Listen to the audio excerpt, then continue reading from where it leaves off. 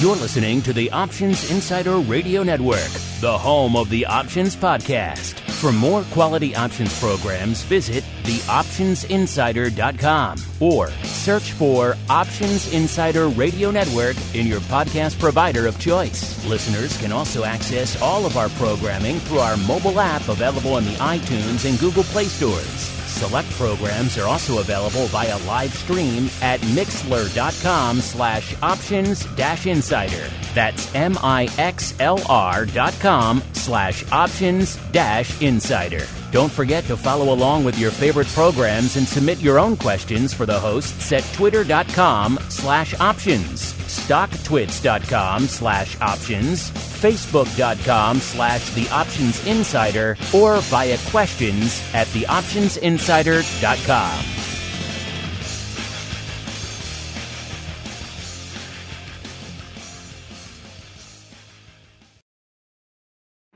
Bitcoin, Ether, Ripple, Litecoin, and more. Cryptocurrencies and other digital assets are taking the financial world by storm. This exploding market provides everything a savvy trader needs: volatility, volume, and liquidity. Provided you know how to find it. That's where we come in. Welcome to the Crypto Rundown. Each week, we'll break down the latest trading activity, trends, and developments on everything from coins to tokens, futures, and even OTC options. If it's moving the crypto markets, then you'll find it on the Crypto Rundown. This program is brought to you by Genesis Volatility, also known as GVOL, home of institutional-grade crypto options analytics. Whether you're trading CFI options or DeFi options, cryptocurrencies move. Use GVOL Analytics to analyze implied volatility, model realized volatility, structure positions, and unlock alpha. For more information, visit gvol.io. That's GVOL.io. Now it's time to dive into the exploding world of cryptocurrencies and digital assets. It's time for the Crypto Rundown. All right, everybody. That music, or perhaps lack thereof if you're listening live, means it is time once again for the Crypto Rundown. If I sound a little bit different, listeners, it's because I'm coming at you hot and heavy from our southern studio. I actually broke out the travel gear. Going a little bit outside of the friendly confines of Chicago for the first time in, I don't know, a year and a half. For those of you who have been listening to the network for a little bit, since the last time I went down to, I think it was the CBOE Risk Management Conference was the last time I broke out the old travel gear. That was in February of 2020. So it's been a while. But now we're back in the friendly confines of the southern studio, and all is warm and sunny here as we kick off the Crypto Rundown. And it's just going to be me today. We're going to dive right on into it. Just the facts, man, because a lot to break down as we head right on into the Bitcoin breakdown.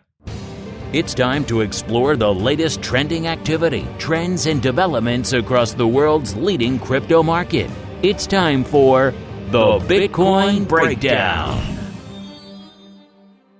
All right, everybody, welcome to the Bitcoin Breakdown, the portion of the show where we do exactly that. We break down the action in the world's leading digital asset. Of course, we're talking about good old Bitcoin, and man, there's a wee bit of price action going on out there since the last time we chatted. At the end of our last show, it was a little bit shy of 31,000. It was about 30,800. Well, it has lifted a wee bit since then. Coming into the kickoff of today's show, it was at 39,325. It was up nearly 5,000 handles just today. And on the week, just on the 24-hour high, it got up to about 39,554. So you're talking up, about 8,500 handles from our last show. So impressive stuff. In fact, we actually, throughout the course of the week, actually broke the 30K level to the dark side, got down to as low as 29,504. So we've actually had a 10,000 point range on the week. It got as low as about 29,500, and coming into the high of today, it was 39,500. So that's a pretty impressive swing for all the folks out there who are holding out hope that Bitcoin will become a de facto reserve currency. These types of swings are the kind of thing that make people say, I don't know. Imagine the dollar moving this much over the course of 24 hours. That would be pretty damaging for our economy. But that said, it's the first kind of bullish ray of sunshine we've had for the crypto bulls out there in quite some time. a lot of things seem to be leading into this. Of course, we have the usual Musk effect. Will he, won't he? Apparently, he's in the will he phase again. So that's, of course, leading to some upside here. Jack Dorsey also talking it up over there at Twitter, even though he kind of always has done that. Amazon maybe making some rumbles in the Bitcoin and crypto space. That also giving a lot of lift over the last 24 hours. And maybe we talked about it last week with Eric from Vellum, the notion of what's going on with China. Maybe some folks having digested that news a little bit more and seeing maybe the crackdown wasn't everything people were worried about or anticipating. Either way, a lot of bloom back on that Bitcoin rose this week. And that's interesting. On our last show, again, all these analytics coming at you courtesy of our friends over there in Genesis Volatility. gvol.io is the place to go to kick the tires and light the fires, listeners.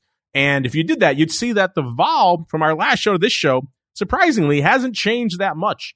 It was at about an 81.5 on our last show, and coming into today's show is about exactly an 80%. It spiked up a little bit intra-show, up to about an 85% or so, but not perhaps as much as you might think, given everything that's been going on out there. And, of course, we had our friend Simon Ho on our Pro Q&A session last week, available on demand now for all of our Pro members out there. He, of course, is the creator of BitVol, amongst other things out there. And BitVol, which is effectively the VIX for Bitcoin, it hasn't moved that much either. It was at about an 83.5, 83 double, actually, on our last show.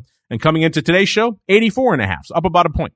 So we'll see if this big movement, if this translates into more sustained volatility going forward, or if this is kind of just a blip and we're going to see the vol kind of hover around these levels or perhaps even drift lower. We shall see. Lately, it seems like it's been the latter. Vol spikes and then it drifts back down again. So we'll see if that pattern continues or if something new is going on out there. This is a new regime, not just for price action, but also for volatility. SKEW-wise, on our last show, it was decidedly negative almost 5, about 4.65. Coming into today's show, it has swung in the other direction. It's up about 0.6 to the positive out there. So pretty much a 5-point swing since our last show.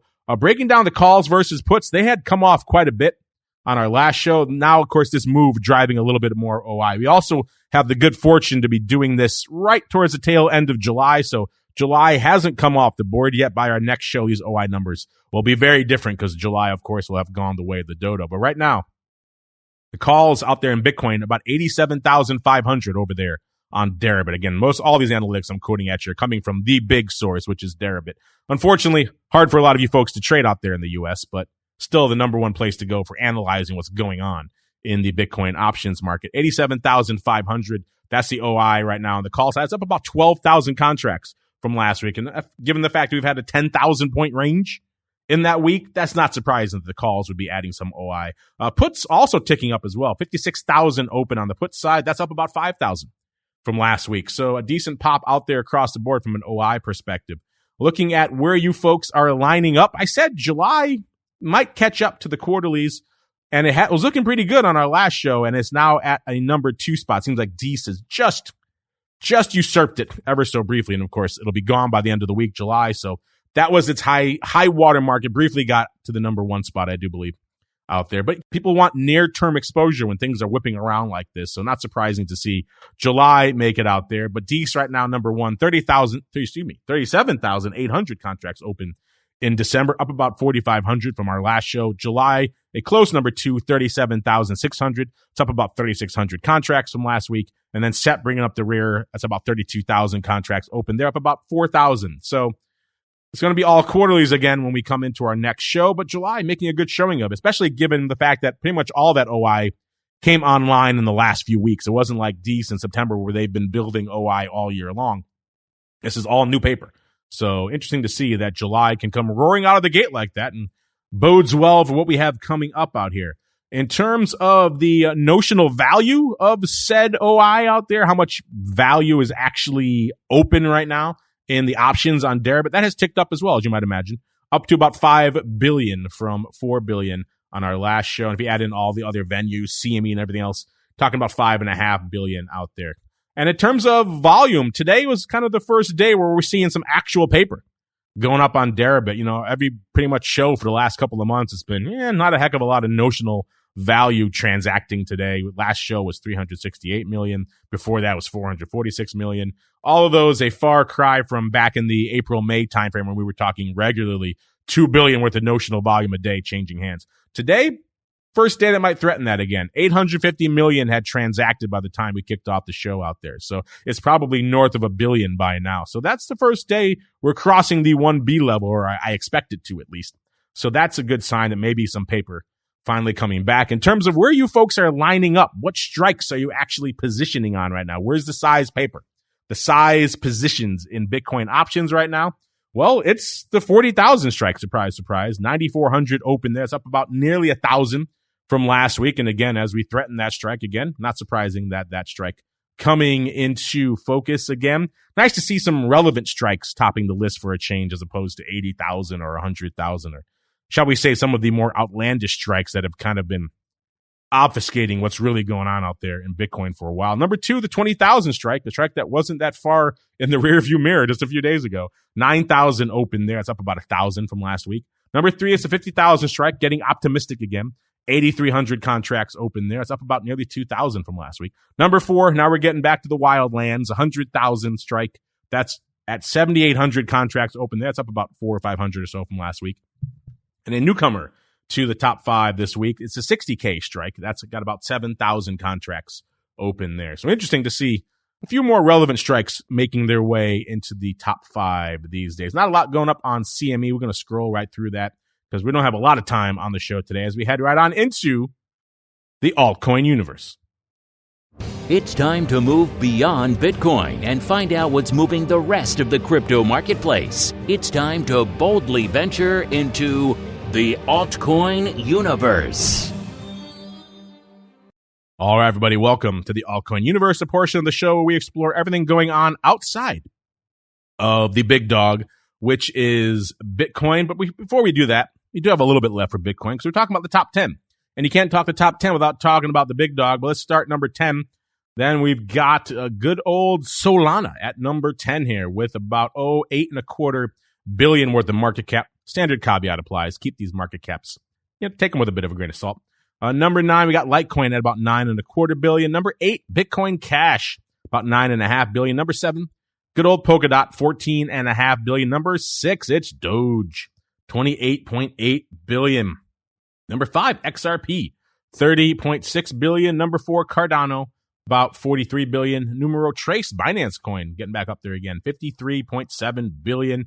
Number 2, it's ETH, $270 billion. And the big dog, still the big dog, $736 billion. Obviously, a far cry from that 1T level again, but also a wee bit higher than it was, let's say, on our last show. And, of course, let's get into the number 2 name that a lot of you, actually for a lot of you, it's your number 1 name. A lot of you are very interested in ETH and everything going on out there. ETH having a good week as well. 538 handles to the upside on our last show. It was floating around 1,800, about 18.25, and coming into today's show, 2366. So a nice run. It was threatening, that 17 half level for quite a while out there, and now popping back up again. In terms of vol, ETH has been structurally more volatile than Bitcoin for a while now, and that continues to be the case right now. And like Bitcoin, it hasn't really moved a lot from our last show. It was 99% on our last show and a brief pop north of the triple digits level after these movements, and now back to about a 99% again. So vol-wise, it isn't as big of a story as you might think this week out there in the crypto world. In terms of SKEW, last show, it was a negative 1.2. So negative, but not quite as pronounced as we saw out there in Bitcoin. And now coming into today's show, more negative, actually. Almost negative 3, about 2.86 out there. So interesting stuff afoot out there in Bitcoin. Let's see what's going on out there from an overall notional value of the OI out there, listeners. It's been kind of a similar story in ETH that it has been in Bitcoin for quite some time. But yeah, in general, it's kind of been a quiet time. And then this week, the most active day was the 20th with about 179 million since our last show, really. And on the 6th, before that was about 147 million. So not a ton lighting it up. Let's see if more has gone up since the start. Yeah, about 159 million up there right now. So not a heck of a lot. Just a pretty steady week. Most days around 150 million with the notional, but nothing really blowing the doors off. Remember, we got up to 1 billion back in May, so not quite at that level again. OI-wise, though, a little bit more action going on out there. Folks adding some more ETH paper, which should be expected if we're moving that much out there. The calls up to 742,000 contracts open. It's up about nearly 60,000 contracts from this time last week. The puts, 434,000 contracts, up about 16,000 from last week. And in terms of the notional value of that OI, it's up, as you might expect as well. It was about 2 billion worth of OI open on our last show this week, 3 billion. So a wee bit more OI from a value perspective floating around out there. In terms of where that OI is lining up from an expiration perspective, last week it was pretty much all quarterlies, and this week it's quarterlies with July kind of sandwiched in there in the middle there, in the meat of the sandwich. Number one is still Dece, 335,000 contracts open there, up about nearly 20,000 from last week. Number two is July. July is roaring onto the scene, 295,000 contracts open in July. It's up 42,000 from this time last week. I'm not sure if we're going to have enough time before expiration for July to topple Dece from the number one spot, but we shall see. And number three is September, hovering right around 250,000 contracts out there. That's up about 10,000 from last week. And in terms of where the action is from an ETH options perspective, where the size positions are right now, it's the 5,000 strike with about 65, almost 66,000 contracts open. It's up about nearly 2,000 contracts from last week, followed by the 1,600 strike, 46,800. That one's actually down quite a bit. It's down about 16,000 contracts. So as we bounced away from that strike, apparently some folks taking their 1,600 positions off. That means the 1,600 strike is now pretty much tied back with the former big dog, which was the 480 strike, which is still open for 46,000. Followed by number four, the 3,000 strike, 41,500 open. That's up nearly 5,000 from last week. And the bottom of the top five here is the 2,400 strike, which is pretty much where we're hanging out right now. 35,800 contracts open there. So interesting stuff afoot. Let's break down some of the other big products you guys like to watch before we answer some of your questions and get the heck out of Dodge. Let's go to, here we go. Ripple having a good week. XRP up about a dime from our last show. Bitcoin Cash, you mentioned all these lurking in the top 10 now. Bitcoin Cash up 88, almost 89 handles from our last show, and Bitcoin SV up about 14.7 from our last show. And of course, your friend, the doggy coin, up nearly 5 cents, 4.6 cents since our last show. And before we roll out of here, let's keep on rolling into your crypto questions. You've got questions about crypto. Who doesn't? It's time to find out the answers to your crypto questions.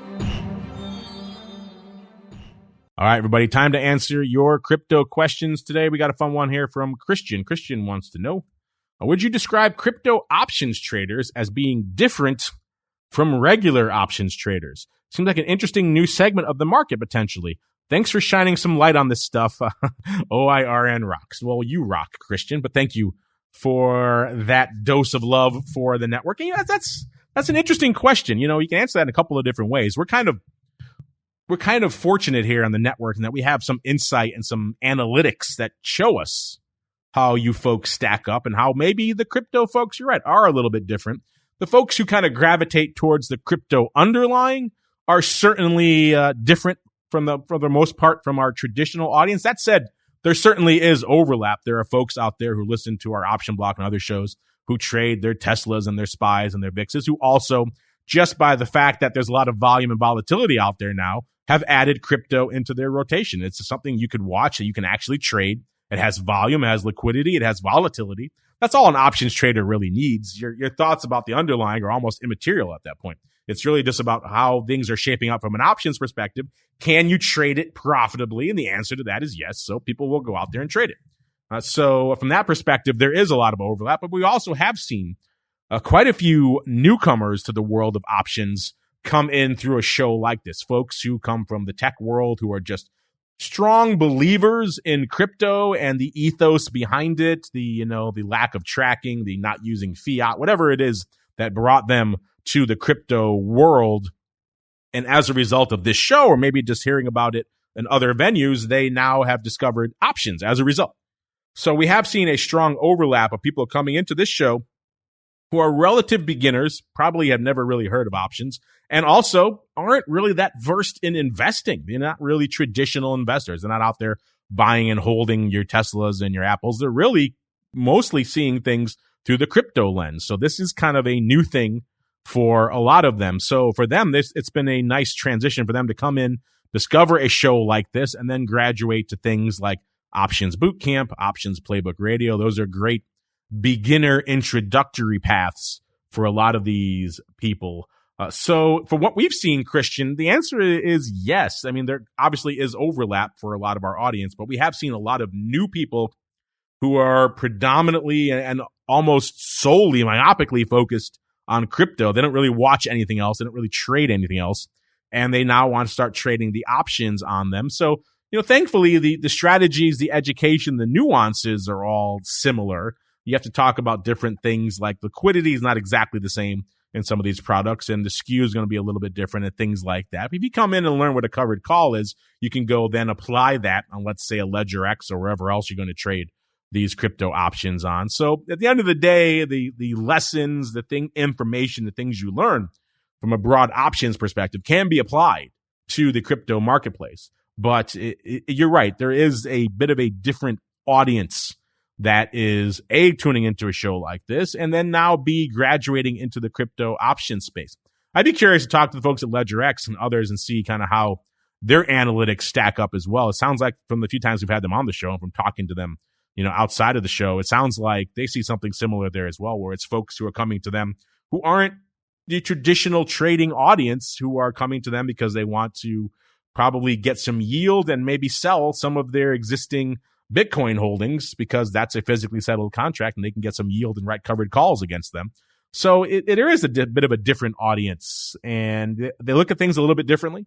But at the end of the day, you can still apply the same lessons to both marketplaces, and that's where we find things that are interesting. And for us, we find it fascinating to have whatever your thoughts are on crypto, whether you love it or you hate it. This is the marketplace that's here. It exists. It's fairly liquid. It's fairly volatile. So from an options trading perspective, it's interesting.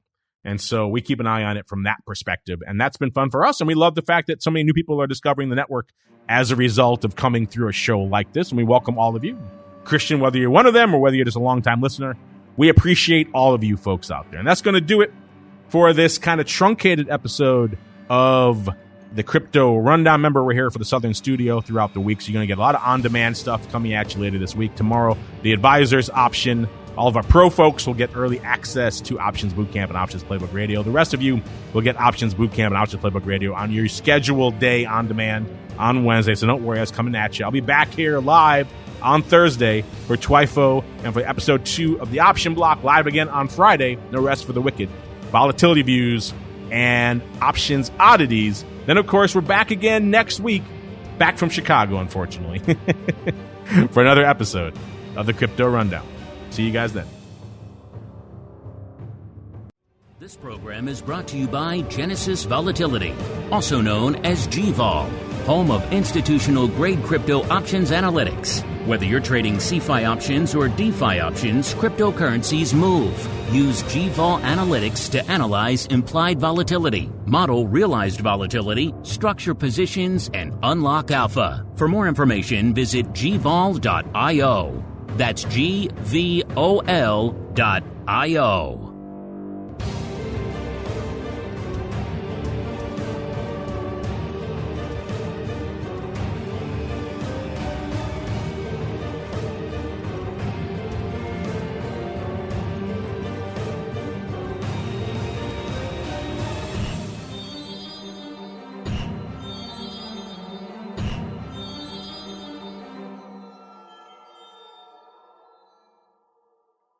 You're listening to the Options Insider Radio Network, the home of the Options Podcast. For more quality options programs, visit theoptionsinsider.com or search for Options Insider Radio Network in your podcast provider of choice. Listeners can also access all of our programming through our mobile app available in the iTunes and Google Play stores. Select programs are also available via live stream at mixlr.com/options-insider. That's mixlr.com/options-insider. Don't forget to follow along with your favorite programs and submit your own questions for the hosts at twitter.com/options, stocktwits.com/options, facebook.com/The Options Insider, or via questions at theoptionsinsider.com.